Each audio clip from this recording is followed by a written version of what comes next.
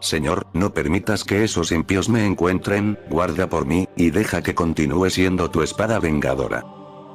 Que tu poder siga conmigo, y que mi camino no se desvíe. Yo terminaré con todas las perdidas hijas de Belcebú, y como recompensa, tú me premiarás con el cielo eterno para mi alma. Seré tu eterno soldado, y nada ni nadie podrán detenerme. Que así sea. El hombre miró a sus costados. Esta vez vio los bancos de la iglesia ocupados con algunas personas, y entonces se hizo la señal de la cruz en el mismo lugar que estaba. Luego se incorporó y caminó hasta la salida, y persignándose una vez más al final de la última hilera de bancos, salió a la calle. Otra vez el loco de la marca.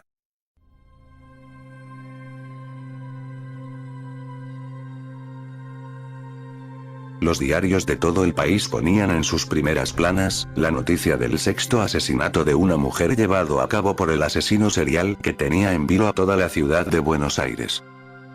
Narraban idénticas crónicas a las publicadas anteriormente, y contaban que no había ni una sola pista del matador.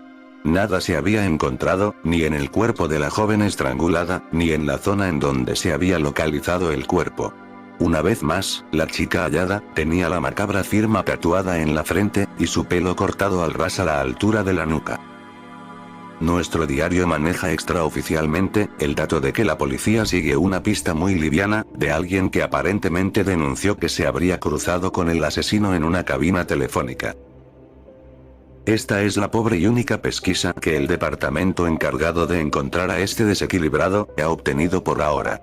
También se supo de una reunión, en donde diversas extracciones políticas, sobre todo la oficialista, han comenzado a presionar al jefe de policía para que cuanto antes le entregue a la opinión pública algo en concreto, que haga pensar que este brutal asesino tiene los días contados. Se ha sabido, que ayer por la noche, cuando se les informó a las autoridades políticas sobre este nuevo crimen, participaron de un secreto cónclave, el jefe de gobierno de la ciudad, el ministro del Interior de la Nación, y altos mandos de la seguridad en donde acordaron, que si en una semana no había novedades, el jefe de policía sería relevado de su cargo. Como ya hemos adelantado, el pobre testimonio de un testigo que pareció cruzarse con el loco de la marca en una cabina telefónica, es la única pista que hasta la fecha tienen los investigadores, como para poder dar con el paradero de este asesino. Suárez, el investigador que había interrogado a Miguel, tenía plena confianza en todo lo que el joven le había dicho. Su superior, que respondía a las órdenes directas del cuestionado jefe de policía, no le daba demasiado crédito a la pista del perfume. No había descartado de pleno ese indicio, pero les pidió a todas las personas afectadas a la búsqueda, que movieran cielo y tierra para traer cuanto antes algo más interesante y creíble que la simple versión de un ciego. Suárez comenzó a realizar en forma silenciosa una investigación que suponía podía dar con algún hallazgo que los guiara hacia el escurridizo asesino. Supo entonces, quién era el distribuidor que importaba el perfume en cuestión. Luego de haberse asesorado con ellos de cuáles eran los lugares que vendían el producto, cayó en la cuenta de que ese perfume en particular, ya no se comercializaba en forma masiva. Por lo tanto, llegó a la conclusión, de que solo eran 3 los negocios que lo vendían en esta capital. Uno estaba en el barrio de Flores, otro en Palermo, y el tercero pertenecía a la zona del centro. Uno a uno los fue visitando. En todos se tomó el trabajo de hablar con la totalidad de sus empleados, pero ninguno de ellos recordaba quiénes podían ser los clientes que lo adquirían. En uno de los locales pidió el perfume y lo compró. Más tarde en su casa, miró detenidamente la etiqueta. Era de color negra, y las letras rojas anunciaban muy brillantes la marca del Mudra Cyanar. Abrió la caja, y sacó un envase que cuando lo destapó, dejó escapar una fuerte y seca fragancia a maderas con un casi imperceptible olor a cítrico. Decidió que no olía nada mal, lo tapó y lo guardó en el botiquín del baño. Por la tarde se apersonó en el ministerio en donde trabajaba Miguel. Pidió de hablar con Luis, la tercera persona que en su momento, conoció el descubrimiento que había realizado accidentalmente el muchacho ciego. Suárez se presentó como oficial de la policía, y a continuación, comenzó a hacerle unas cuantas preguntas. Entonces, hasta aquí, ¿usted coincide en todo lo que declaró su amigo? Sí, por lo que yo recuerdo, es todo como Miguel le contó. Entiendo. Luis, dígame algo, ¿por qué usted se quedó en el bar teniendo en cuenta que debía volver a trabajar junto a Miguel, y que además, ya se había hecho un poco tarde? El veterano policía le espetó la pregunta, sin sacarle a Luis los ojos de encima. El hombre no contestó de inmediato como lo venía haciendo hasta ese momento. Parecía medir la respuesta, y sin mover ni un solo músculo de la cara, respondió fríamente. Creo que fui al baño, o quizás, no, ya lo recuerdo, hice una llamada telefónica. ¿A quién? No me acuerdo, puede ser que haya sido a mi madre. Cuando quise efectuar la llamada desde mi celular en el bar, descubrí que tenía la batería agotada, y entonces aproveché y llamé desde ahí. ¿Y si usted volvía para acá, para qué llamó desde el bar si podía hacerlo desde esta oficina? El hombre volvió a pensar con cuidado. Reflexionó por un rato y dijo. La verdad, que aparte de llamar a mi madre, también llamé a mi novia. Le conté lo que Miguel me había dicho sobre el perfume, y no quería que eso se escuchara desde aquí. ¿Y usted qué cree sobre esa versión de Miguel? Qué sé yo, me parece un poco descabellada. Yo a Miguel lo quiero mucho y por eso no le dije nada, pero no sé. ¿Entonces no la cree?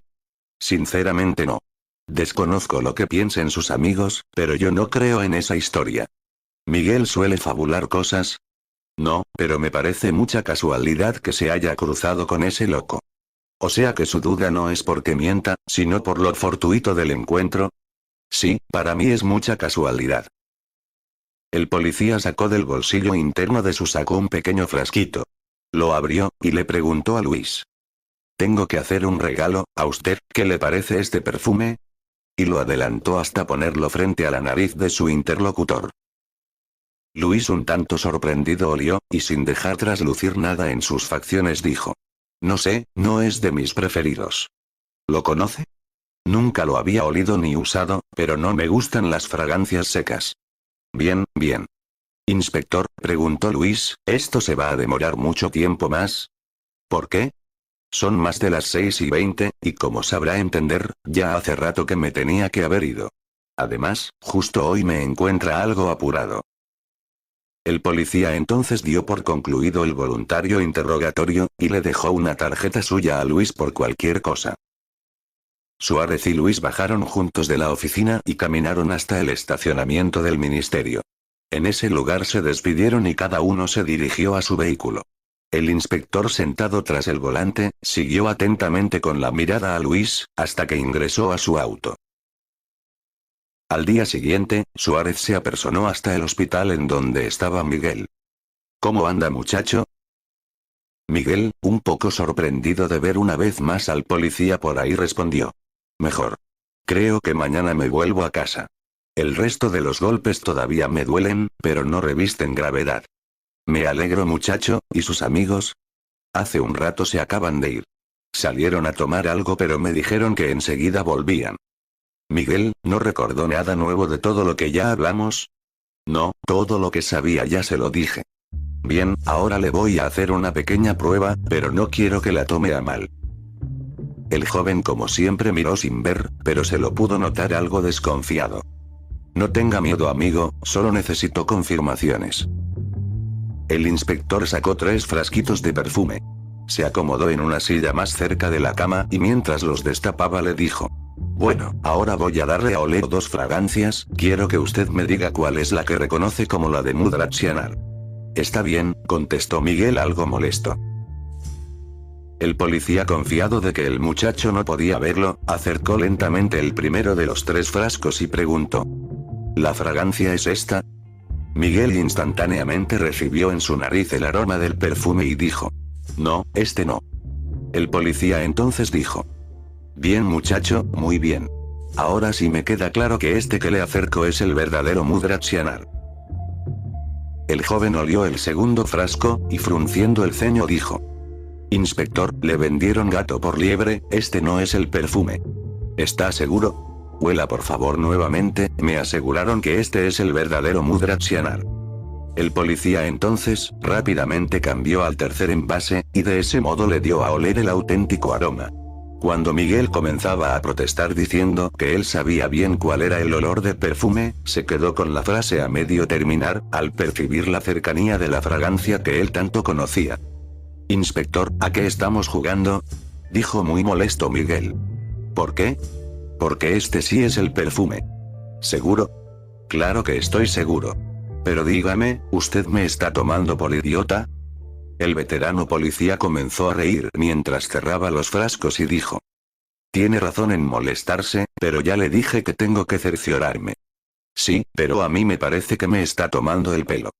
Sí, eso debe parecer.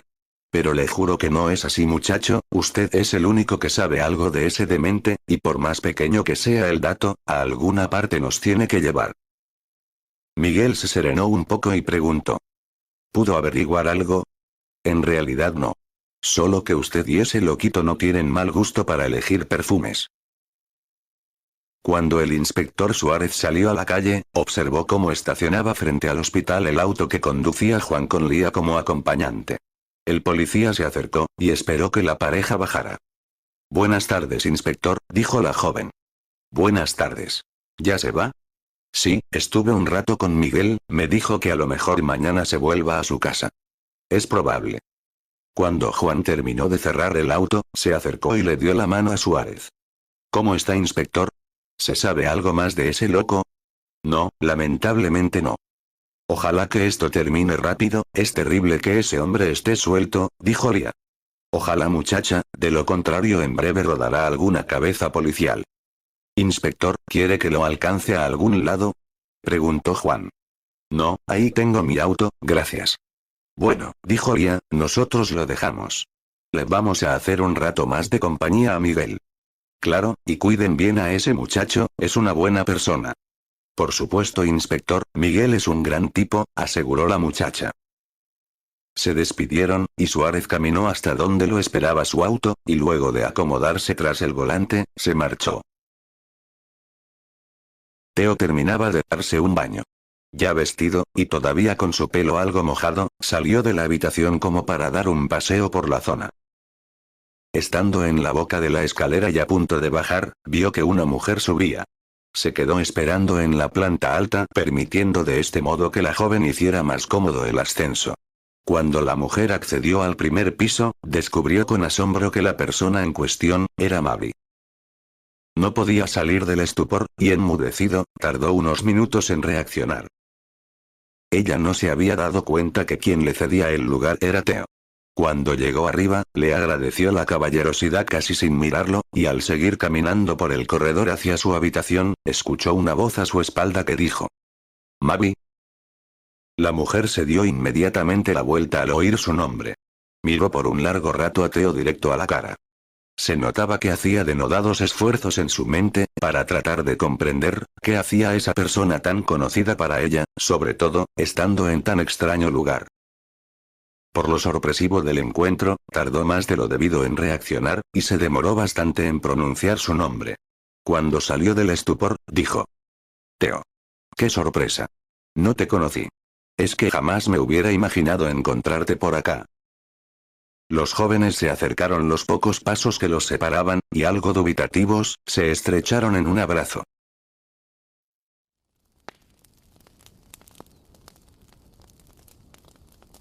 Pedro y don Sixto, luego de haber terminado la jornada del día, eran afectos a crear un pequeño fogón bajo el azul profundo del cielo. Se quedaban ahí por un par de horas, contemplando desde lo alto la inmensidad del valle. Pedro siempre pensaba en cómo había cambiado su existencia en tan poco tiempo, y disfrutaba mucho de esa nueva forma de vida. Don Sixto encontró en Pedro un buen amigo, y en esas largas charlas nocturnas al amparo de la fogata, se conocían cada vez más. Y dígame, don Sixto, ¿de dónde conoce a doña Emma? Nos conocemos de capilla, de toda la vida. Además, en algunas oportunidades estuvo trabajando aquí con los dueños anteriores, en épocas en que la hostería se llenaba de turistas. Es bastante callada, ¿verdad? Sí, es una mujer que ha sufrido mucho. ¿Qué le sucedió? El anciano se quedó en silencio, y luego miró a Pedro y dijo con voz grave. Sabes, muchacho, a veces la gente por ignorancia no entiende algunas cosas, y muchas personas cuando no comprenden lo que sucede, se confunden y se asustan. ¿Puede ser más específico? Sí, doña Emma es una mujer un tanto especial. Ella es clarividente, y puede ver de manera espontánea cosas que nosotros no vemos.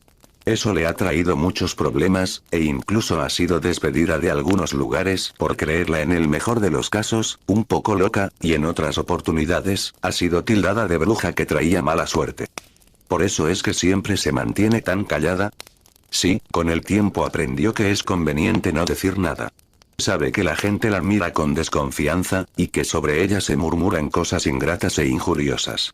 ¿Qué tipo de cosas? Las personas a veces cuando no entienden son muy crueles. Dicen que ella tiene un pacto con el diablo, y que entregó a su hijo a Satanás para poder conservar esos dones. ¿A su hijo? Sí, es una larga historia, pero la pobre no solo carga con su tremendo dolor, sino que además tiene que soportar lo que la gente fabula. Lo ingrato es que muchos lugareños del pueblo, cuando se ven en problemas que no pueden solucionar, la van a ver para que les dé una mano, y ella siempre se apiada y les ayuda desinteresadamente. Saben que tiene la capacidad de ver cuestiones que nosotros no podemos, pero a la hora de alzar la voz para defenderla de tanta calumnia, no son capaces de decir nada. «Qué injusto», murmuró Pedro. Es lógico, reflexionó don Sixto, no es sencillo dar la cara por alguien que hasta el mismísimo cura párroco ha tratado de mostrarla como una poseída del demonio. ¿Y qué es lo que puede ver? Mucho, incluso estoy seguro que bastante más de lo que cuenta. Pero mucho como que... Doña Emma es clarividente innata, o sea que trae este don desde la cuna y le ha costado mucho manejar tantas visiones. Ella ha visto en no pocas oportunidades por toda esta zona, como los españoles siglos atrás masacraban a los indios. Puede oír todavía voces pidiendo piedad, o mujeres rogando por sus hijos. Incluso en algunas noches, oye los alaridos de los que se arrojaron por el cerro Colchiqui.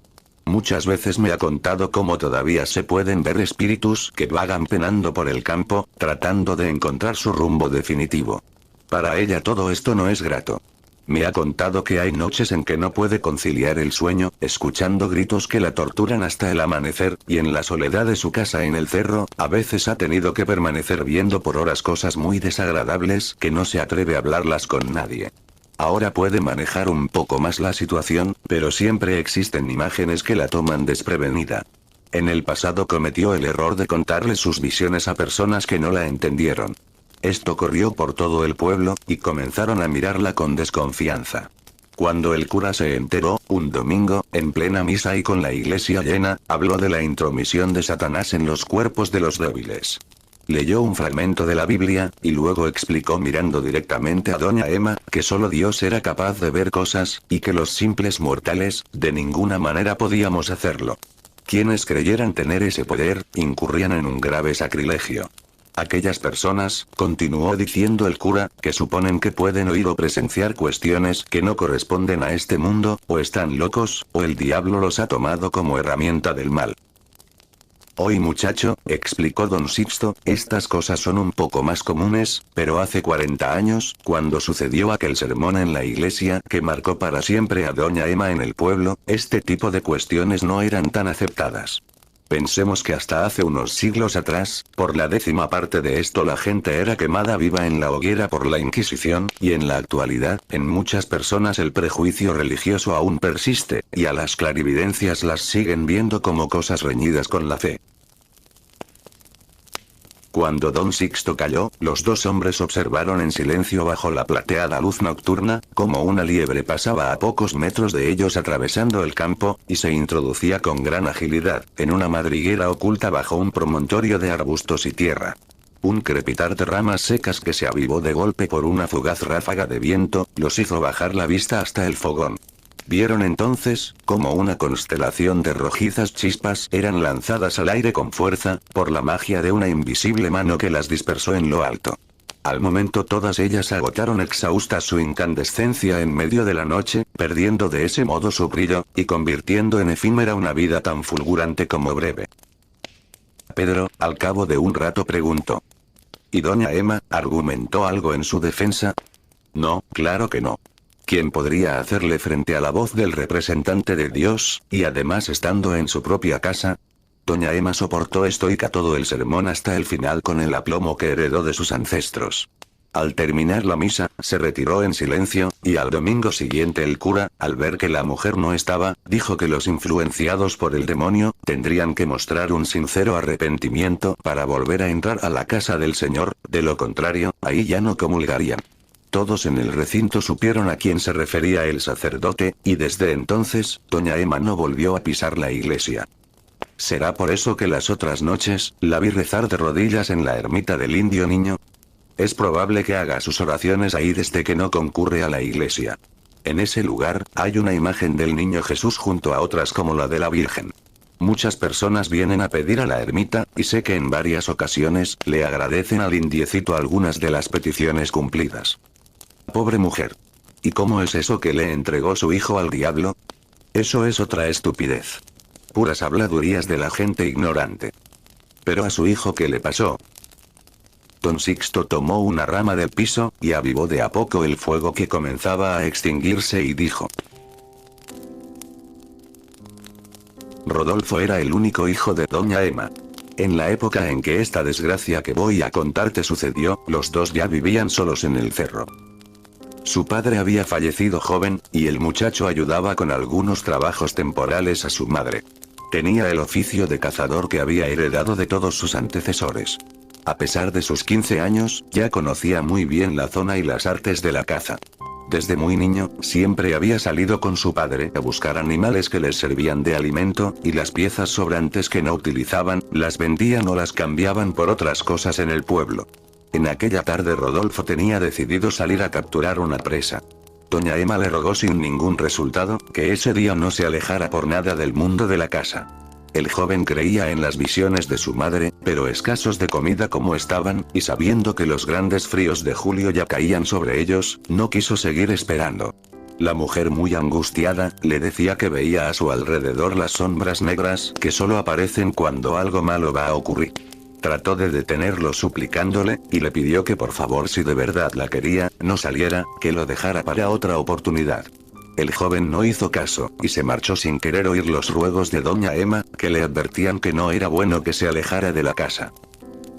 Al caer la noche, el muchacho no aparecía. A eso de las 10, la mujer salió desesperada a buscar la ayuda de su vecino, que vivía a 2 kilómetros de distancia.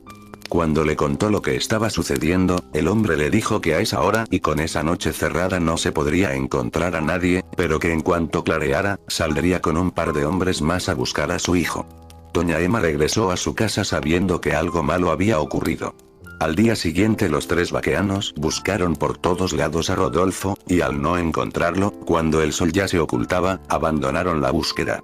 La mujer, sin saber qué hacer, comenzó a rezar desesperada, pidiéndole a la Virgen que por favor le dijera en dónde se encontraba su hijo. Cuentan que doña Emma estaba implorando de rodillas en su dormitorio, frente a una pequeña escultura tallada en piedra de la Virgen María con su niño en brazos. Al cabo de un rato de estar orando, por sobre esta figura, apareció una imagen muy luminosa de Rodolfo, que le hablaba sonriente. Le decía que ya no lo buscara vivo, pero que no lo llorara, pues él estaba en un lugar en donde la paz y el amor que se experimentaba era infinito, y que ya llegaría el día en que los dos se volverían a ver. A la mañana siguiente, doña Emma le pidió a los vaqueanos que buscaran a su hijo, en la ladera norte del cerro que se alzaba tras su casa. Ahí, casi llegando a la cima, detrás de dos grandes piedras que de lejos simulaban ser la horrible cara de una vieja riendo, ella, les decía, estaba segura que encontrarían a Rodolfo.